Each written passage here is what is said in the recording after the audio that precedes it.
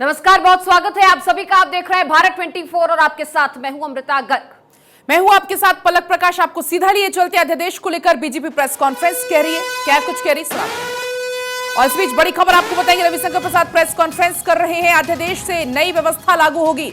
रविशंकर प्रसाद ने press conference करते हुए कहा कि केजरीवाल कर रहे हैं राजनीति, आगे से पोस्टिंग एक बॉडी करेगी।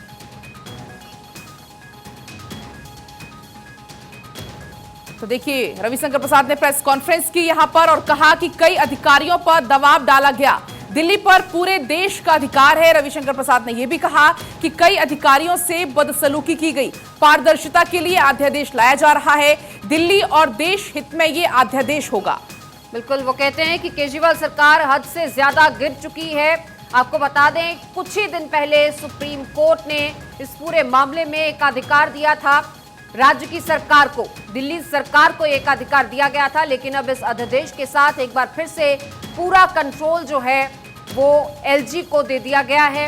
इस अध्यादेश के मुताबिक एक कमेटी का गठन किया गया है जिसमें अरविंद केजरीवाल भी हैं और सचिव भी हैं। लेकिन अगर कोई ऐसा मामला आता है जिस पर सहमति नहीं बनती, मतभेद होते हैं विचारों में, तो उस सूरत में आखिरी फैसला एलजी का होगा।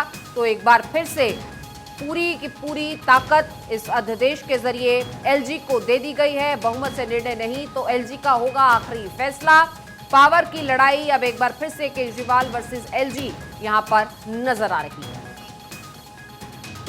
तो देखिए, यहां पर इसके बाद बीजेपी ने प्रेस कॉन्फ्रेंस भी की। प्रेस कॉन्फ्रेंस रविशंकर प्रसाद ने यहां पर करते हुए कई यहां पर बातों का जिक्र किया। रविशंकर प्रसाद ने कहा कि आगे से पोस्टिंग एक बॉडी करेगी। कई अधिकारियों पर दबाव डाला गया। दिल्ली पर पूरे देश का अधिकार है। कई अधिकारियों से बदसलूकी भी की गई और पारदर्शिता के लिए अब यह अध्यादेश लाया जा रहा है। दिल्ली और देश हित में यह अध्यादेश होगा। केजरीवाल सरकार हद से ज्यादा गिर चुकी है। तो कुल मिलाकर जमकर अब एक बार फिर से बयानबाजी का दौर शुरू हो चुका है। आपको बता दें, यहां पर प्रेस कॉन्फ्रेंस की रविशंकर प्रसाद ने और क्या कुछ बड़ी बातें कही वो आपको हमने बताया। यहां पर उन्होंने कहा कि आगे से पोस्टिंग एक बॉडी करेगी। चूंकि कई अधिकारियों पर दबाव डाला गया, बदसलूकी की गई, तो कुल मिलाकर अब एक नया फरमान केंद्र अध्यादेश लाई। सुप्रीम कोर्ट के फैसले के खिलाफ यह अध्यादेश। ट्रांसफर पोस्टिंग की लड़ाई में अथॉरिटी में अब सुनवाई। बहुमत से निर्णय नहीं हुआ तो एलजी का फैसला ही अब अंतिम फैसला होगा। तो कुल मिलाकर केजरीवाल वर्सेस एलजी की लड़ाई एक बार फिर से दिल्ली में देखने को मिल रही है। हाल ही के दिनों में भी हमने देखा किस तरीके से बार बार केजरीवाल वर्सेस केंद्र सरकार, कभी केजरीवाल वर्सेस एलजी, और एक बार फिर से अब यहां पर केजरीवाल वर्सेस एलजी की लड़ाई का यहां पर देखने को बयानबाजी का दौर भी अब शुरू हो चुका है।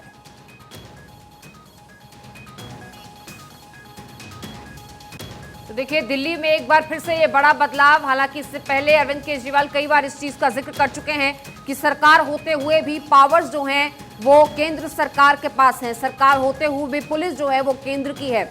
ऐसे में कई चीजों का हवाला देते हुए अब अध्यादेश लाया गया है केंद्र सरकार की तरफ से। हालांकि सुप्रीम कोर्ट ने जो निर्देश दिया उसके मुताबिक एकाधिकार जो है वो दिल्ली सरकार को दिया गया था। रविशंकर प्रसाद ने इस प्रेस कॉन्फ्रेंस के दौरान क्या कुछ कहा, ये भी सुन लीजिए। कई कॉम्प्लेन आए हैं मेरे पास, वो रिकॉर्ड पर भी है।